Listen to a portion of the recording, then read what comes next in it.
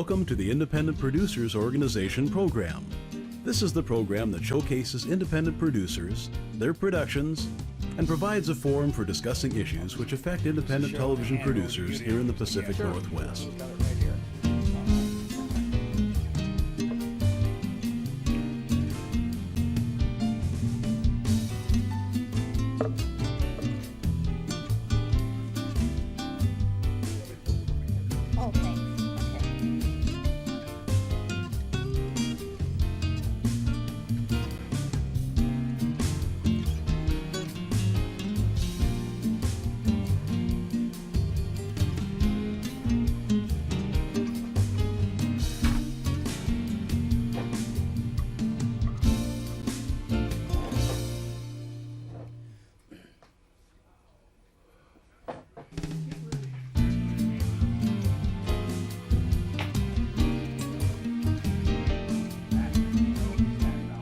You are watching the Independent Producers Organization program. This program replays on these channels, at these times, and on these days. Write it down and tell your friends.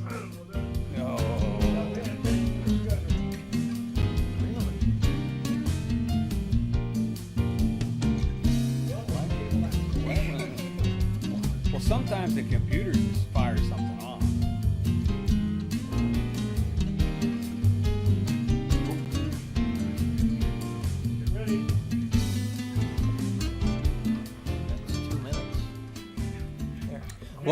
Welcome to the Independent Producers Organization Live Showcase. We're live here the second Wednesday of every month. This is the 11th of January. We're in the new year, 2012. As the video clip mentioned, we do this to bring in and spotlight local events, local producers, and quite often, and most often actually, just community members that come and onto the tube and talk about what is going on and the things that interest them. And the second half of the program, I organized to bring in some folks from a group called Cascadia Wild. They're an animal tracking organization that teaches people how to track animals, and it's not quite just that simple. To be able to track animals, you learn a lot about just how the forest operates, and it's going to be a very interesting segment. And for the first segment, I'll turn it over to Richard Carpenter, my co-host here, who's going to introduce the first half. Okay, thank you very much. And I'm very excited about our guest tonight, Ann Morrow. She's president of the Portland Wheelman Touring Club. If you're looking that up on the computer, I think it's PWTC. And she's vice president of Northwest Bicycle Safety Council, which is the Northwest Bicycle Safety Council.org. I'm sure it takes perfecting to get that exactly right. I made up a couple, 3 graphics for all of her titles there. Oh, good, so good. I didn't mention that to the graphic and person. She's also host of Psychology Today. That's Northwest Bicycle. Yes. That's also through Northwest Bicycle Safety Council.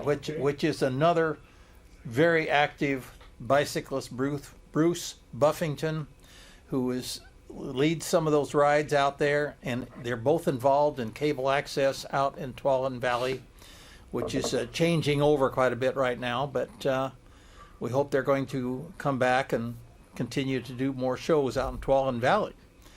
So I'm going to turn over to Ann and have her talk just a little bit about. She's overwhelming us with material here, so go ahead with some of that. Okay, let me start with, I am going into my second year as president of Portland Wheelman Touring Club, and that's really Portland's biggest local bicycle club.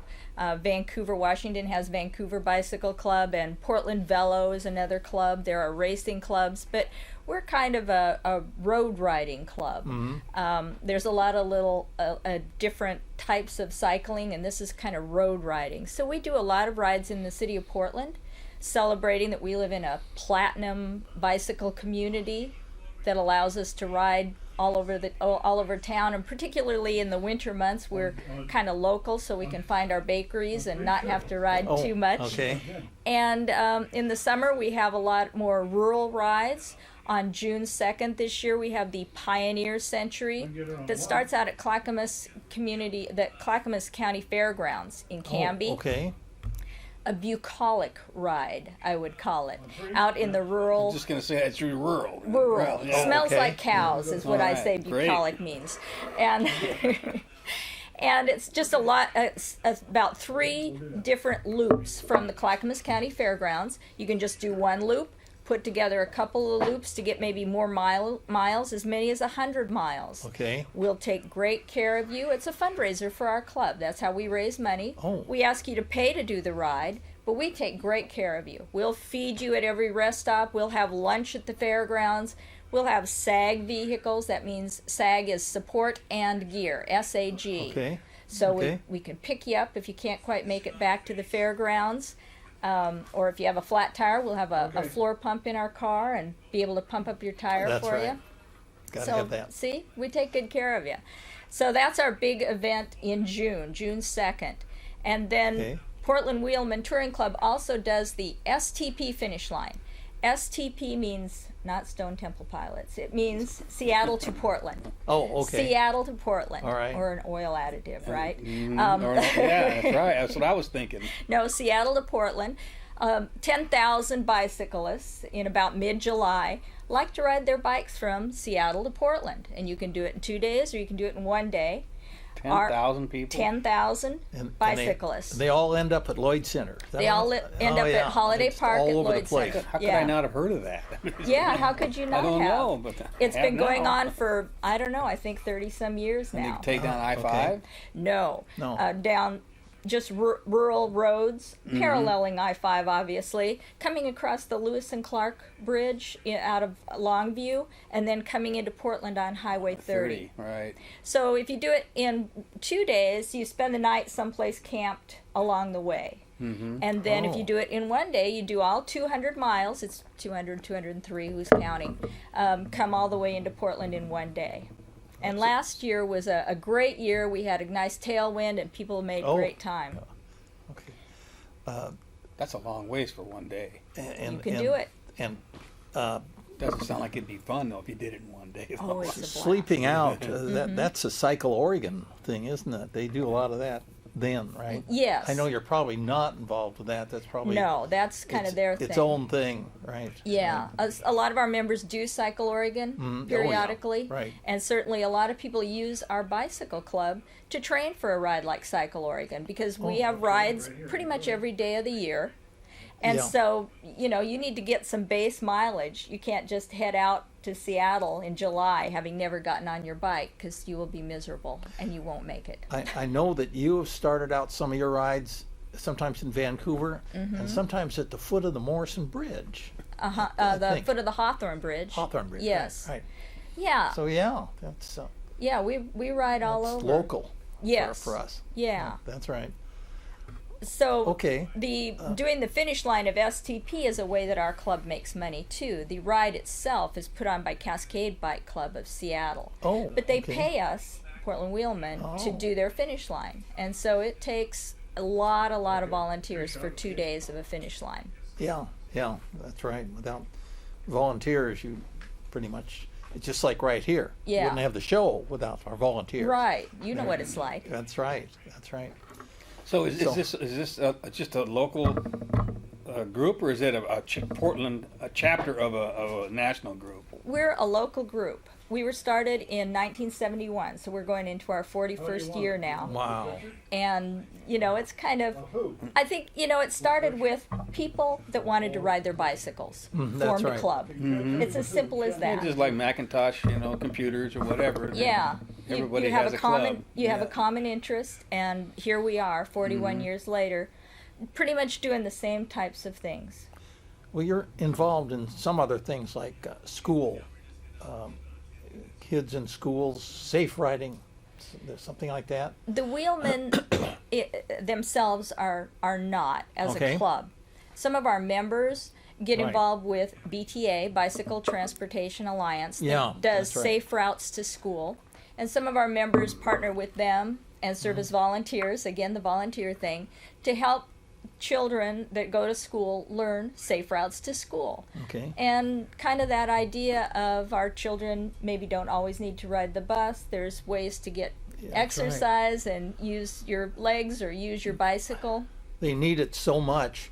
But then, of course, one of the problems is, especially in high school, peer pressure Yeah. that keeps people from doing it. They're still into cars, and only getting them enthused, groups enthused, especially the, shall we say, the hierarchy, to get everybody bringing bicycles, more people bringing bicycles.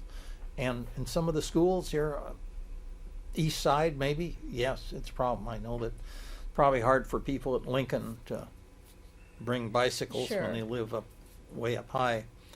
But yeah, you need to get the school behind you also to get everybody more enthused about doing that. Well, and I bringing help- their bicycles.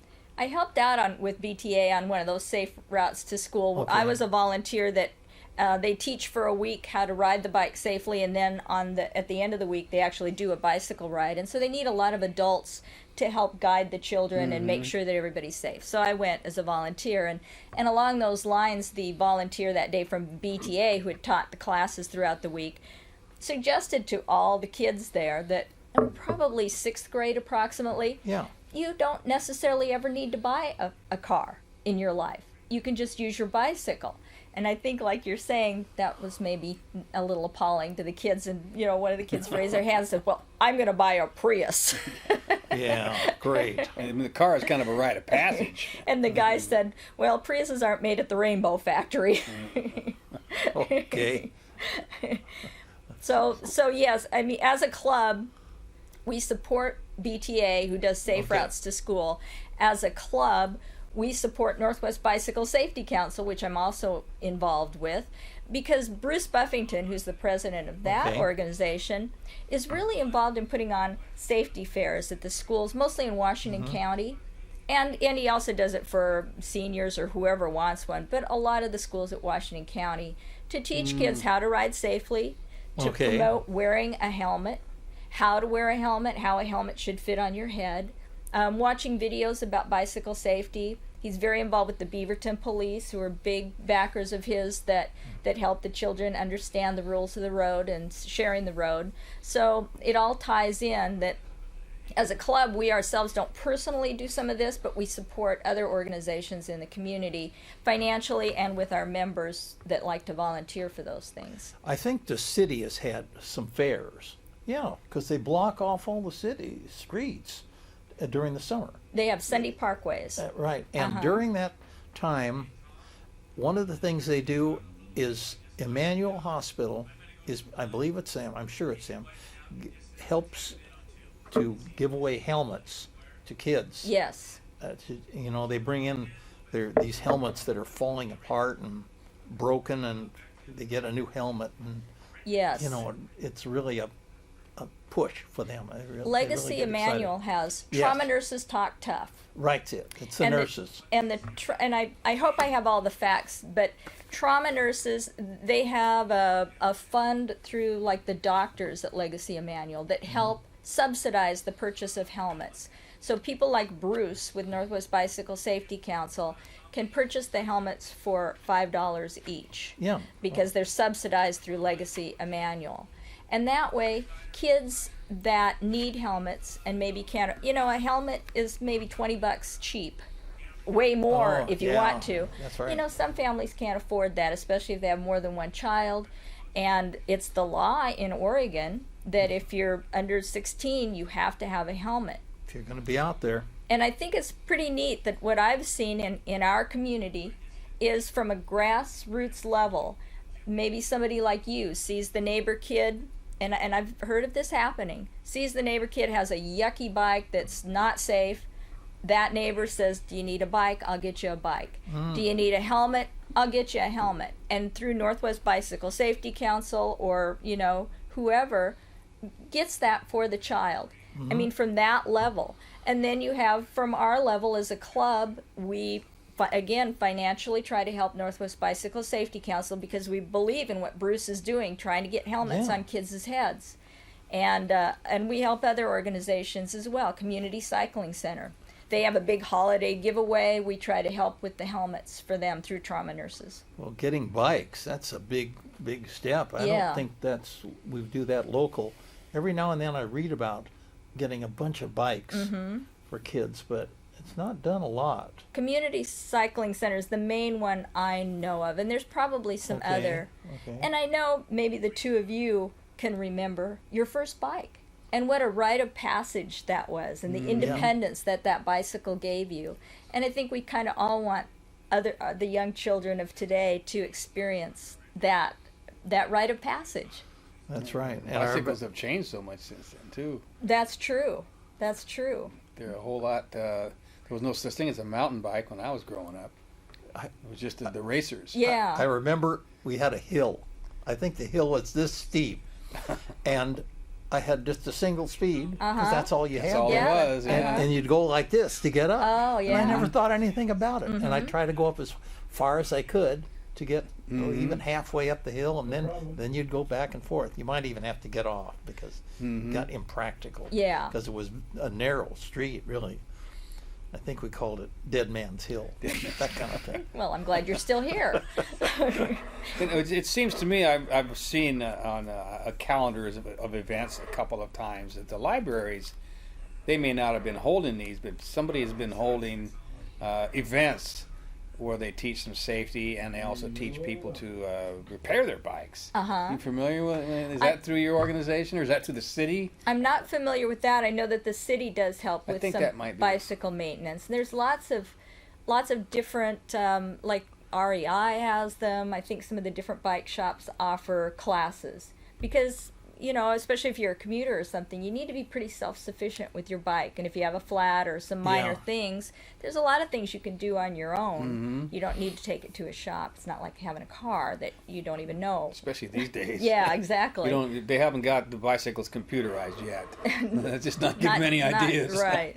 I don't know about you, but again, these bikes that were single speed, and the brake was in the rear hub, Yeah. Oh yeah, yeah. and You push back now on and the then, pedal. I had to take it apart, and here all these little things like washers, say 15 or I don't know, or more of them, and you had to have those just right, and that was all part of it. And put it back in. And Well, now, like the little bearings now on the it's, wheels. It's just the grip on the bike, and it goes back to the rear or front wheel. And And there's no telling what's in the future. Yeah. The future, I just saw a fella here the other day, Josh. He showed up with a bicycle that had this big aluminum hub in the front, and that was electric power. Oh. In Oh, order to yeah. get him up hills, you know, in Uh-huh. some situations where he needed to make more speed, or it was too much for him to do on his own, he had that to help as well. And it plugged it in just like your Prius, and Oh. it charges it up. Well, and I think that's great because some people have limitations. They have Yeah, physical that's right. limitations, and they want to be out and enjoying the sport. Still want to be on the bike. Yeah. Right, and this was like Right. only $300, and you know a lot of these bikes cost a lot more than that. Oh yeah, You thousands can get up and into thousands. thousands. Uh-huh. But you still can pick up an old heavy Schwinn with 10 speeds and all that, you know, a lot less than that. Yeah. I guess I don't understand what is in a bike that is worth over 1,000. Well, some of it it's 3,000. Some of it's the alloy, Yeah. the metal itself. to make it lighter. Yeah, the Yeah. graphite or whatever. it Yeah. is. Okay.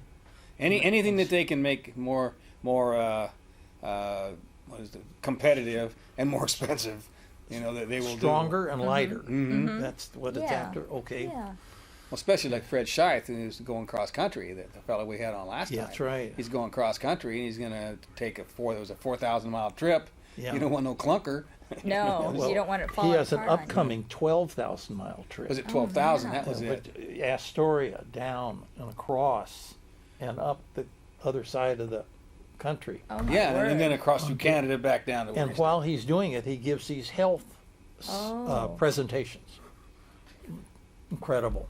Just incredible. and he's no doing- spring chicken either. That's right. That's Okay, right. he's in great shape. And you That's know, that's something we didn't even touch on yet. Is the and we're talking about children. I mean, you know, I don't remember what the statistics were. Like 40% of our youth are maybe not obese, but they're overweight. That's right. Right. That's a problem. And that's not so much a problem when they're young, but as they get older, it's going to be It sets the stage. Yeah. in their heart. They're going to have heart conditions, and I just recently heard that I think it's the first time in a generation that we're actually going to go back every year. They're giving us a little bit more time.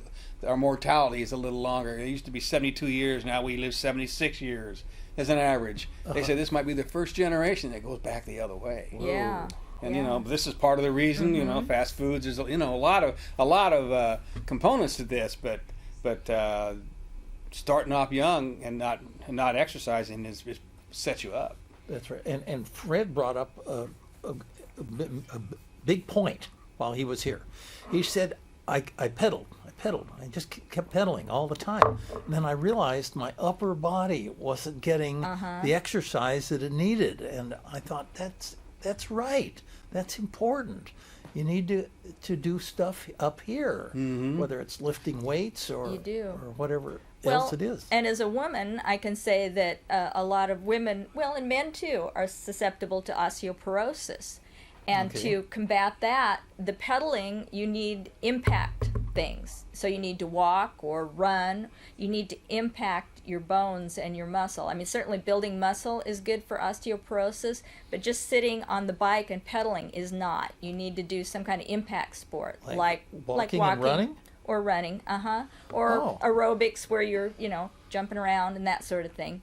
So it's not the ideal. Certainly it's a good part of good health, but it's not the total answer like you're saying. And from the waist up, you got to do something probably there too. Okay.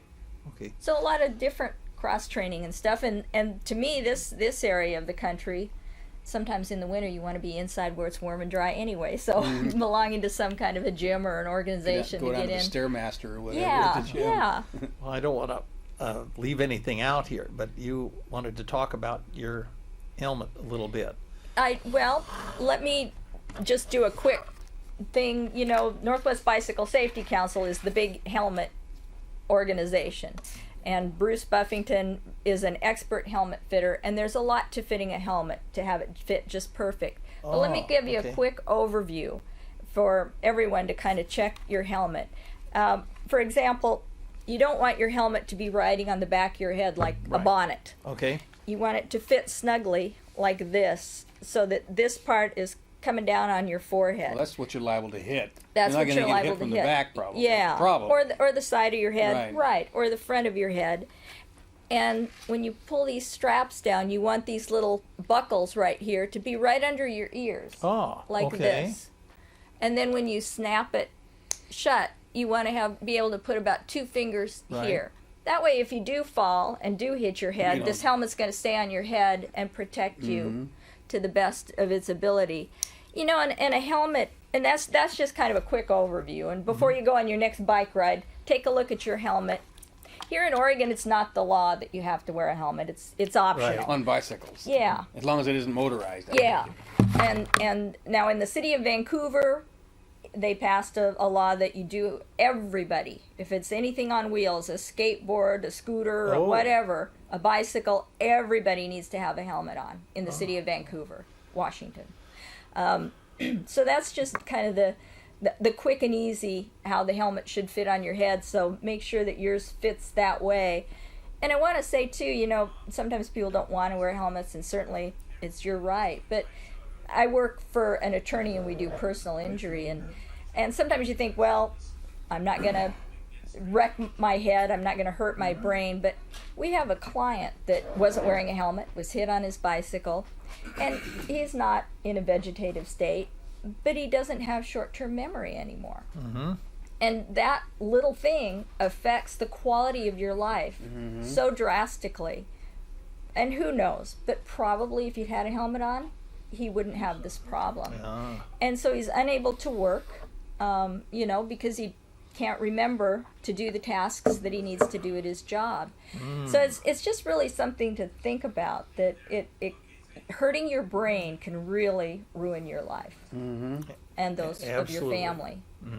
It doesn't even have to be that severe of an accident either. Exactly. It's not necessarily that you're in a bed for the rest of your life. It's that and you're aware that you've had a loss. Mm-hmm. It's very sad. Well, you read about people who fell off cliffs and come out with barely any scratches, and you read about other people that just taking a tumble and a bump, and a week later they fall over from a brain aneurysm or something. Yeah. You just can't predict when it comes to the brain. Right. And you can't predict, kind of like saying, well, I'm not going to get in a car accident, so I don't need to buckle my seatbelt. And people seem to have that philosophy with the helmet. And you just don't know. I know many adults who have had bicycle accidents for various reasons. Hit gravel, slipped and went down. Don't know why they went down. Just unknown why they went It down. happens fast. Uh-huh. You're on the ground before you know it. One person's bicycle pump, which a lot of times we Right. affix the pump to the frame, it kind of came undone a little bit and came around and got caught in his spokes and stopped him. And Bud Rice, one of the eminent Yes. ride leaders. yes, I know he stopped. We stopped with him in front of the house where the lady came out and helped him to get to the hospital. So Yeah, I yeah. remember all about that. uh-huh. And but more specifically, beware of sticks. Yes. I Get have, into your spokes. they Yes. they killed a fellow over there in Vancouver Yes. and really damaged a very good friend of mine Oh, really? that lived out in Well, Boyle. how would a stick get in there? Easy. It pops up and gets Oh, I into see. the spokes. Yep. So I'm saying, look out for sticks. I've heard of Look- fenders there- coming loose and slipping around. Well, sure. But yeah, That's sticks, Everything got a danger. Yeah, sticks look very innocent just laying there in the bike lane. But yeah, they and That's right. I had that happen one time. Yeah, it stops you cold and you go flying over the handlebars. Oh, yeah. It happens quick too. Yeah. It happened to me once, just not too long ago, and Oh. took me about a month for my elbow to heal. Mm-hmm. Oh, okay, okay. You mentioned a little while ago Portland is a platinum city, meaning that we all love the bicycles, or is there something more legal meaning level. of that? It's a level of we've really built an infrastructure of catering to bicyclists. On New Year's Day, as the president of Portland Wheelman, I got to lead our club ride. And afterwards, I thought about where we went. We started at Waterfront Park, and we went across the Steel Bridge, which has been designed to accommodate cyclists and pedestrians to go across it. And we went up by the Rose Garden area, where there's a kind of a diagonal traffic light exclusively for bicyclists, with a little bicycle symbol and stuff. Yeah. And we went through there, and there's green lanes to help guide cyclists through there, and green boxes for cyclists. We went up Williams, big major thoroughfare for cyclists, nice Right. bike lane. Right. We went on the Peninsula Crossing. That's a nice bike path that runs across like Lombard, I think, and Fessenden, and in that general area. And then we came along Willamette Boulevard, where there's a right turn that bicyclists can make, but cars can't make. Just all the little things. We went on bike boulevards in that area.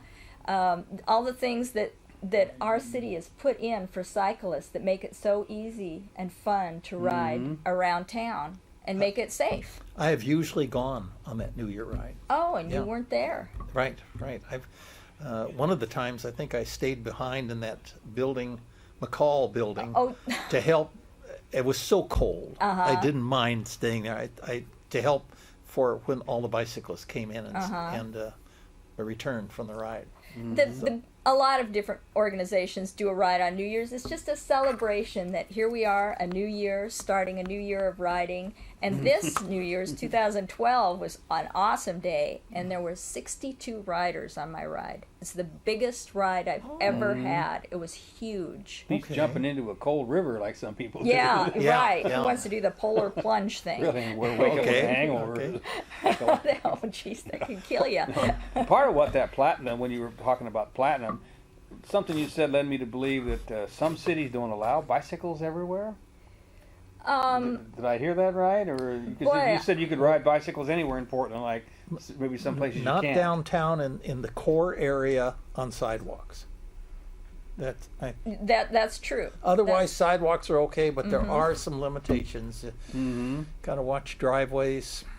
But there's I- some Yeah, and things. blind alleyways Yeah, and things sure. like that. But it's just that Portland really caters to cyclists. Right. And there are a lot of people looking out for cyclists. As we design the infrastructure and improve on it, there's somebody looking out for cyclists. How is this change in this road going to impact the bicyclists? Is it going to be safe for them? And so we just live in such a great community for bicycling because we can go anywhere. There's some route, some way to get around. Well, that to some degree that must have something to do with the fact that our mayor has been very supportive.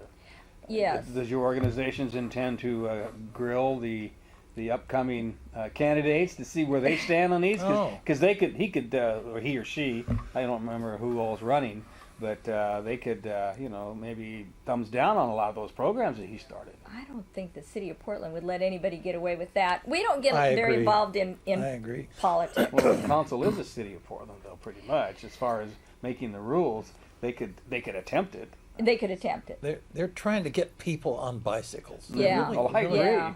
And then hearing But there's this, also he's caught a lot of flack for that. All the hundreds of thousands of dollars you spent on these bicycles. So I'm just thinking about that there is that constituency that will never ride a bicycle, and they don't, they think And they it's a waste, That's resent right. cyclists. and they think it's a waste of money. You're right. There are those. unfortunately, with those a while back, those two deaths, the one on Interstate and the one by Powell's Books, There was I think had a huge impact on gaining the respect from drivers. right. Say, hey, I better look out.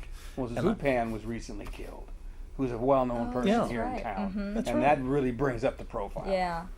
Well, after those accidents, that's when they really implemented those green boxes Right. to try to help avoid that same situation, the right hook, where the car turns Yeah. into the cyclist who's to the right. That's right. And I think you're right that it's increased awareness for motorists and cyclists alike, so that maybe cyclists are more defensive, understanding Right. that the car might not be seeing them, and the motorists are more aware that the cyclist might be there. And as a cyclist, I've found that almost to a fault, motorists, vehicle drivers, are so courteous. They'll stop when they really shouldn't be stopping and That's say, right. "Go on, cross the street." And you're going, "No, it's okay."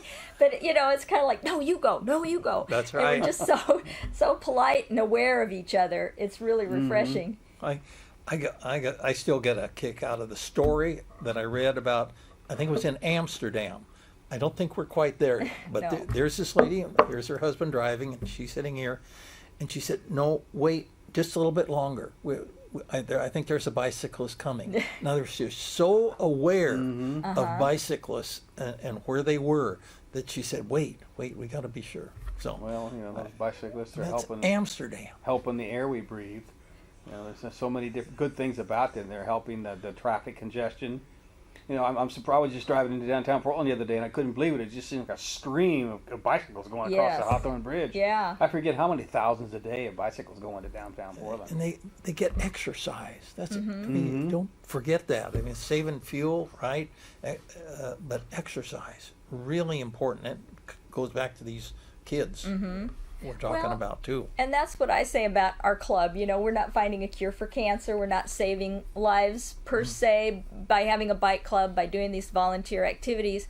But to me, we're improving the mental and physical health of people by, people our age Yeah. riding bikes. That's right. For instance, I know one member that has diabetes and doesn't have to take insulin because he rides a bike and eats right. Just things like that being more healthy mentally too, just feeling better. I think it improves our quality of life that way. I think That's it would right. also That's right. improve the quality of life as far as community. I mean, there are like Corvette clubs, and there are clubs having to do with cars. But cars is something you're pretty much encapsulated. Whereas with bicycles, you're more open. You're more in tune and able to communicate with nature and other people as well. And I think that kind of breaks up some of that encapsulation we have. Yes. And we mentioned Cycle Oregon earlier on. Cycle Oregon is a week-long bicycle ride That's that right. about 2,000 people do in September of every year. It's been going on for years. It's kind of a a goal for a lot of cyclists That's to do. right. And what you're saying is exactly right, that you're riding your bike in rural Oregon, one part or the other, and you go into these little communities and you interact with the people. You don't just drive your car through like halfway Oregon. You stop your bike and you interact with the people that live there and kind of get an idea of what those people are like. You really have a better appreciation for some of the other people that don't live in Metro Portland. And better appreciation for distance too. Yeah. Yeah, right. So right now you can fire up your car and you can be in California in 7 hours, and you know, and that's just a whole different mind time set. Yes. And bicycles kind of gear you down a little bit, I think. It does. And that's probably a good thing. You know, it's all about the journey.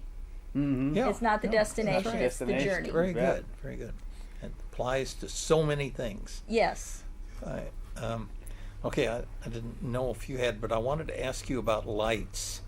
Is that Bicycle lights? yeah, Oh. bicycle lights? Now, I'm pretty sure. Do you are you legally supposed to have front and back, and these bright ones? Or that they- reflectors? Oh man, you know, I would refer you To the manual. Okay. I'm not a commuter, Oh, and I okay. rarely use lights. I usually ride during the day. This book is called Pedal Power, a legal guide for Oregon cyclists, Okay. bicyclists. It's put out by Ray Thomas. Ray Right. Thomas is a local attorney. Is it online? Yes, and I would just look up Ray Thomas. I'm sure his Really? website is in here somewhere. This is Oregon law, Oregon statute okay. for bicyclists, and plus he's Oh. got a lot of different articles about different issues. Like we were just talking about the right hook, changes in the law regarding different things, the vulnerable roadway user, which was a new law, relatively new law that's been passed in the state of Oregon, things like that. And it would be in here about the lights. Certainly, I mean, I think you should have like a blinking tail light, Yeah, even right. if you were in your car and it was foggy and you'd want your lights on.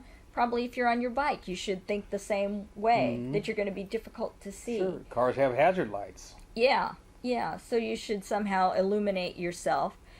Commuters certainly are the experts on the lights, and some of them really go wild and spend a lot of money on it, Oh. and as well they probably should, so that they're visible. They have some very good bright ones. Yes. They blink, but they're bright. They So really get that's- your attention, don't right, they? sure. Right. Well, you're right about that, because even though you need to increase the motorists' awareness of bicycles, bicyclists need to be aware that you can't be out there in dark clothes. I was going down the street Yeah. the other day, and like 15 feet, I noticed a guy on a bicycle out far enough from the curb that I would have hit him, and he did not have. He's wearing black, no reflectors. Yeah. Bang! Yeah. That could have been the Oh. end of it. Should have And a that's light, not the a first rear- time I've seen that, Definitely needs a rear light. or something on your helmet blinking. You can put them all over. There's all kinds of combinations of things Mm-hmm. for visibility, reflectivity. Yeah. And That's right. it just really struck me at the time that, and he was commuting down a busy street. I think it was like Powell. And you don't get any busier than Powell. Yeah. And it didn't scare him, but it certainly frightened me. I'm always- 'Cause I don't want to hit anybody. No. And I know that it not only damages the person that gets hit, but more depending on the psychological makeup of the person that hits them, it could damage them for life as well. Absolutely. Look at this last accident, the one where this bicyclist went into one lane and then went into another, and then he got. This is the one where the fireman had to lift the car off him. Yeah. I haven't watched a whole lot of Okay. local news. He had to Yeah. lift. Well, they lifted the car off of him, but he's still in bad shape in the hospital, I think. But he was doing that kind of stuff when people see it happening. Hey, that guy's crazy. Yeah. He was doing that kind of stuff, and so Yeah, he was wrong. He was in the wrong. Well, it's easy to do that, you can go right between cars, and it's easy to do. And we cyclists don't like, just like as a motorist, you don't like bad drivers because they give everybody kind of a bad name, and the ones that are riding crazy and going the wrong way and Yeah, in hot the dogging, dark, as we and call it. we don't like them either. Okay. Well, I noticed you've got 3 different things here under your name. I don't know if they've been putting all 3 of them up there, but one yeah. is the wheelman, and we talked about that before the show. To me, that was an odd name, but you say that's an old name for bicyclists. It's Portland Wheelman Touring Club, and Wheelman is just an old-fashioned name for bicyclists. Mm-hmm. And certainly it's offensive to some women, and we tried to change the name several years ago. Never thought it. And, you know, we needed a supermajority of the club voting. 2/3 or 3/4. Yeah, and we did not quite have it. To change it or to replace We had a replacement name. What was? Do you remember what that and was? I can't remember what it was. Something like Portland Bicycle Club or something very simple, with the idea that you could find it easily on the internet. Okay. But you know, we have name recognition. Portland Wheelman Touring Club. PWTC.com is our website, and you can find a lot of information about what we've got going on at PWTC.com. Right. But it used to be Good. League of American Wheelmen, which is a national organization, but they've fairly recently changed to League of American Bicyclists. But there are still some wheelman clubs around the nation that, like us, went with that. Right. Well, there's the PC pressure. Yeah. Yeah. But Okay. there's a lot of women involved in the club. I'm the president. I'm a woman. A lot of women on the board. It's not a men's organization. Right. It's everybody. Well, you pick your battles. You can make an issue of it, or you can move on to something else. Yeah. I hope people can overcome that. Did you want to talk about any of these others? Well, I'm involved with Northwest Bicycle Safety Council and Bruce Buffington, and again, that organization is all about getting helmets These on are all children's heads. nonprofit organizations. Both nonprofit, Yeah. yes.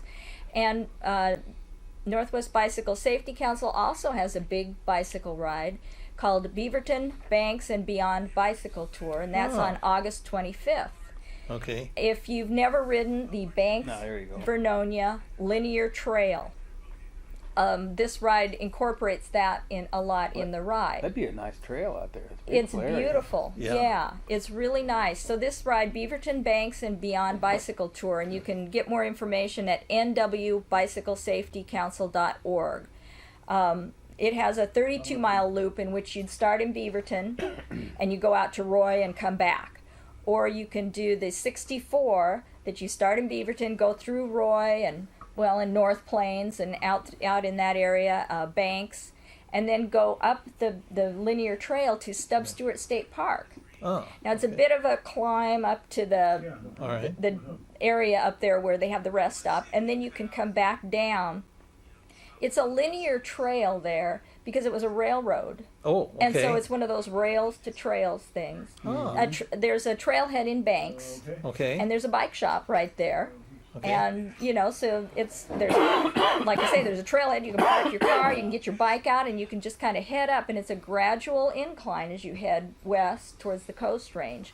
Very gradual. I think like 6% or something. Oh. Okay. But as soon as you turn around, you're coming back down. Okay. And it's really awesome. It's Right. beautiful. You're separated from the traffic. You're out in the woods. And Stubb Stewart State Park is one of our newest state parks. Okay. And they've developed a lot of mountain bike trails and things in there. They welcome cyclists. There's cyclist camping up in there. So you could maybe figure out how to take your bike and go up there and camp. Maybe start in Banks if you're not really ambitious, or start somewhere else and get up there. And then this Beaverton Banks and Beyond Bicycle Tour, if you want to go more miles, you can go all the way to Vernonia on that linear trail and turn around and come back. And then we're going to add another option this year so that you could get in what we call a century in bicycle lingo. Yeah, And a century right. is 100 miles. Right. So are any of these trails that you've been mentioning and events, are they listed on drop-down menus on these websites?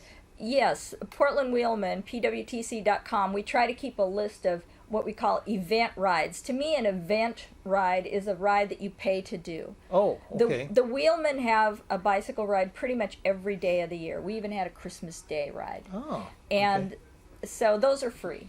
You just show up at the right time, and away we go. But you pay to do these rides, like the Pioneer Century on June 2nd, Beaverton Banks and Beyond, STP, Seattle to Portland. And then they take care of you. They have rest stops. They have SAG vehicles. Pioneer Century has lunch. Beaverton Banks and Beyond would have lunch. We work, one of our sponsors is Papa's Pizza, so we have lunch. So they just take good care of you. There's lots of bike shops will come and have a setup at the rest stop, so if you're having mechanical problems, you can get your bike repaired, all that kind of thing. And it's a fundraiser. Pioneer Century is a fundraiser for the Wheelmen. Beaverton Banks and Beyond is a fundraiser for Northwest Bicycle Safety Council. Nonprofits, and that's how we raise money.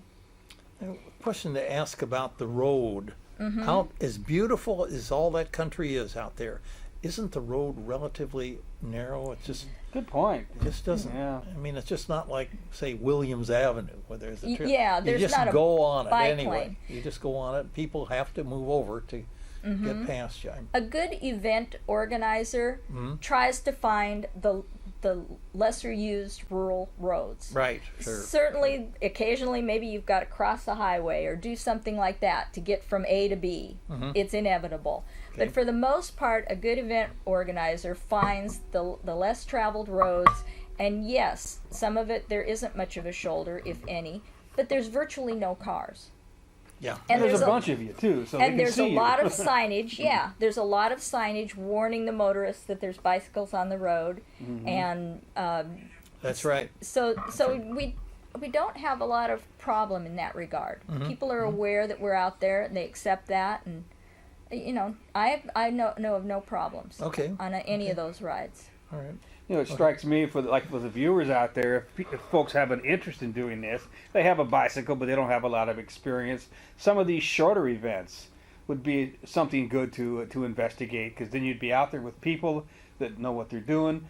You would have the support network for them already, so if something happens, they can fix their bike or any of the things. They would have to have all the gear, and then it would make it a little bit easier for them to get into the bike world, so to speak. Yeah, you're right. In the perfect world, you'd go down to the bike store and spend several $1,000s. Easy to do. And be right up yeah. to speed. But you're right. It's slow and easy. As a ride leader for Portland Wheelmen, I lead rides twice a month that I call Meet PWTC or Back in the Saddle Again. That's right. And Right. Meet PWC means Meet the Bike Club. This is what riding with the bike club is all about. Or Back in the Saddle Again. A lot of times people our age haven't been on a bike for a while for various reasons, and that's we what that means. kind of want to get back in the saddle again.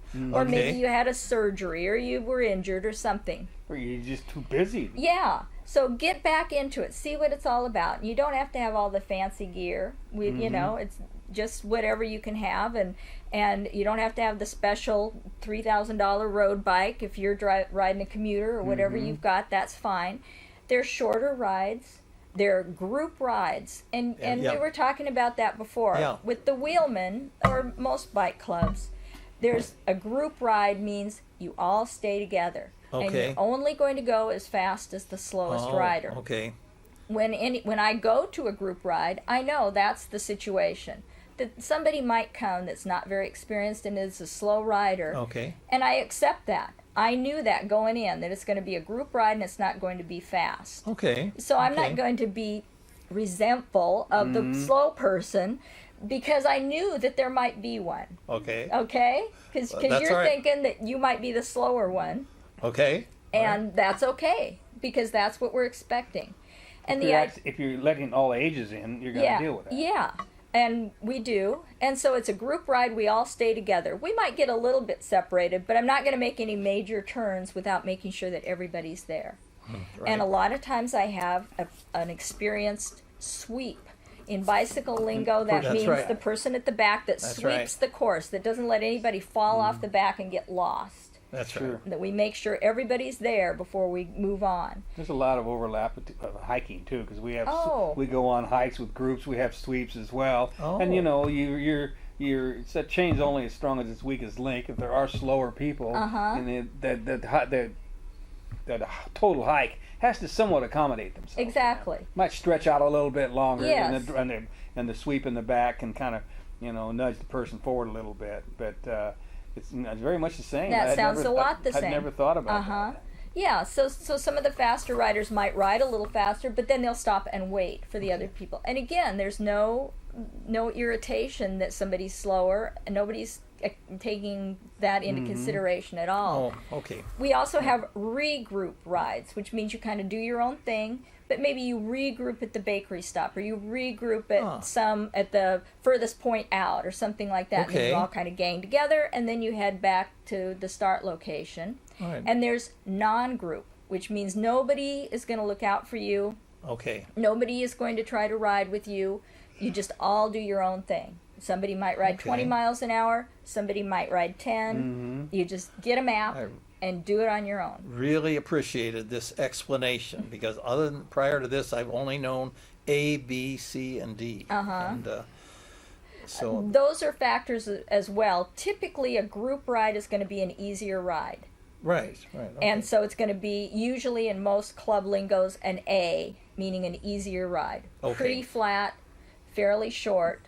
And the more difficult rides are typically going to be non-group rides, where they're longer, they're harder. You're just not going to be able to stay together. People can climb hills faster than the next guy. Yeah. They can ride faster than the next person. It just wouldn't work for a group ride. So my rides that I offer twice a month, Meet PWTC, are usually in town or in the city of Vancouver, relatively short, 15 to 20 miles, relatively slow, Yeah. 10 to 12 miles an hour, but slower if necessary. And we just all try to stay together. We usually try to find a bakery stop or something. And the social element of a club ride is important too. That camaraderie, talking like we're talking now about different bicycle rides that a person might want to do, goals that you might want to set, talking about gear. You know, I usually have an experienced cyclist with me that is really good mechanically, that can say, hey, if you raised your seat, your ride would probably go a lot better, or this noise in your bike, it's probably this and so, things like that. Because they watch your leg. Mm-hmm. Should be almost straight Yes. when you're at the furthest down point. Yes. Yeah. And Not- so by raising the seat, you accomplish that. You know, I had a couple more things I wanted to cover. Okay. Locks. Bruce Buffington, who you've mentioned to do with this ride here, Yes. recommends the cable. You know, about this big, which is the right kind when you're trying to lock up to a tree that big. And the U form is the other one. Now, recently I heard of this U form getting broken into, Yeah. and I thought it was getting to the point where you had some protection for that, but I guess Well, no matter how nice they make the lock, someone's going to come along. I think that's You know, probably no what. matter how much they make the computer safe, someone's going to come along with Yeah. a virus. I mean, like- you know, but the odds are you're just like everything else, just like with wearing a helmet. If you don't wear it, your odds are you're all right. The odds are with a decent lock you're all right. But Yeah. you just never know. If you got a really nice bike, that's when you got to worry. Do your members have any comment? Well, we tend to use the cable locks. You And like The cable? but- longer ones. Yeah. And, you know, we, within the last probably 6 or 9 months, on a club ride, we were at a bakery stop in Northeast Portland. And, you know, we all just lean our bikes up against one another. And, yeah. I'm just going to be in there, and I'll look out the window. And one of Right. our club members got their bicycle stolen. It happens. And so it made us a lot more conscientious. You know, you kind of get lax about it. Maybe like locking up your car or something like that. Yeah. You just, nothing will happen, and it does. And nothing is perfect. I mean, that's my philosophy. If somebody really wants your bike, they're going to have Sure. the tool, and they're Boy. going to cut through whatever, or they're going to get into it. And I hate to hear about that stuff. Yeah. I just hate to hear Yeah. about people losing their bikes because they did it. Anyway, one suggestion I heard was the loop, in other words, the cable, and the U thing through it. Oh. Because if you had two locks, the thief's That much gonna more time. the thief is going to say, Yeah. "Wait a minute, why don't I just go over here and That's take this true. other bike?" And certainly not locking it makes it easy to just Yeah. grab it and go, Right, hop right. on it, and away it takes seconds. Well, that's why people take the seats off and They the, take the the seats wheels off, off. or But just- that's if you're going somewhere. Yeah, or undo the quick release in the front, so Oh, that if you yeah. you know, so it causes a problem. But things like that. When But- I just leave, when I'm going to be somewhere where I can stare right at the bike, I don't even lock it up. I know I'm Right. No one's going to take that bike while I'm staring Well, right at it. I've seen young people; they're pretty fast. Oh yeah. But the odds are, The odds are, if it's locked, it's unlikely. right. But like I say, I think if somebody wants it, they'll get it. We're winding down here. We want to yeah. be out of here because the group that's coming in next. The only thing we didn't talk about is you've got your own public access show. We might briefly. I Just, do. So you're still doing that, even Yes. with all the problems over there We're at Tualatin on Valley. hiatus right now from Tualatin okay. Valley Community Television. But yeah, through Northwest Bicycle Safety Council, we put on a show called Psychology Today. And it's about bicycling. Psychology means the science of propelling oneself through the environment to enhance well-being. And that's spelled Okay. like cycle. CY. CY, right. Psychology Today. So a lot of different bicycle topics. And you can go to the Northwest Bicycle Safety Council website and see our archived shows. Things like commuting, Cycle Oregon, just lots of different bicycle lights. We had somebody come on and talk to us about bicycle lights and Okay. the varieties and the different price ranges, things like that. So our archive shows have a lot of valuable information for newer cyclists. Okay. Well, I remember your whole show was interesting. I really enjoyed watching that show. Well, good. She did the whole thing. Well, she's an old hand at this. Maybe you'll interview us someday. Yeah, Maybe I well, will. she wanted to make sure that was what Yeah, was I going to wanted happen. to make sure that's why you were asking me in. That, Interview us and that be I exactly wasn't the same. but you'll still be the one that Yeah. will talk about and tell us all about bicycling. Well, this has been very, very Yeah. illuminating. There's so much to learn about the bicycles, and there are other cultures, like in Asian countries that rely a whole lot more on that. Yes. Now, unfortunately, some of those countries are going the other way, like Yeah, China. like China. They're wanting more cars, and Yeah, that's right. They're not learning their lesson from us at all, and we've already learned that lesson, hopefully. Because every time I drive downtown, I see them bikes going by me. Yeah. It makes Yeah, me that's smile. good. All those people. I get a kick out of that. And then the fact that you can put it on a bus, which is extend your range. I mean, there's so many things that Portland's doing, and I really commend our mayor for working in that direction and taking the flack that he's taking in order to do that. I think it's really important. Well, we've got a couple minutes left. Anything you want to? We covered everything you wanted to cover. Well, let me double back. We've got the bike show. Portland went without. Here, Portland is the great bicycle city, and we went without a bike show for several years. And Pedal Nation Bike Show is coming up in March 24th and 25th. And you can go to pedalnationsevents.com. Okay. And It'd probably be on the other website as well. yeah, you can probably link. And this will be its third year. It's been 2 years at the convention center. Now they're going out to the expo center this year. But it is really fun. Even if you aren't looking to buy anything, it's just the wonderful eclectic mix of the Portland bicycle scene. There's Pimp My Bike, people that have created these bicycles that are just Fancy. so fancy and just sometimes just freaky, and Yeah. people that make leather things that would hold your latte or your can of beer or whatever you want, And the tall bikes. and the tall bikes. Yeah. Uh-huh. Yeah. Just everything, and local. There's a lot of local entrepreneurs here in Portland that are making different things like bags or hats or whatever, coats. In Portland for bicyclists, and so you just get to see all of that, and it's a lot of fun.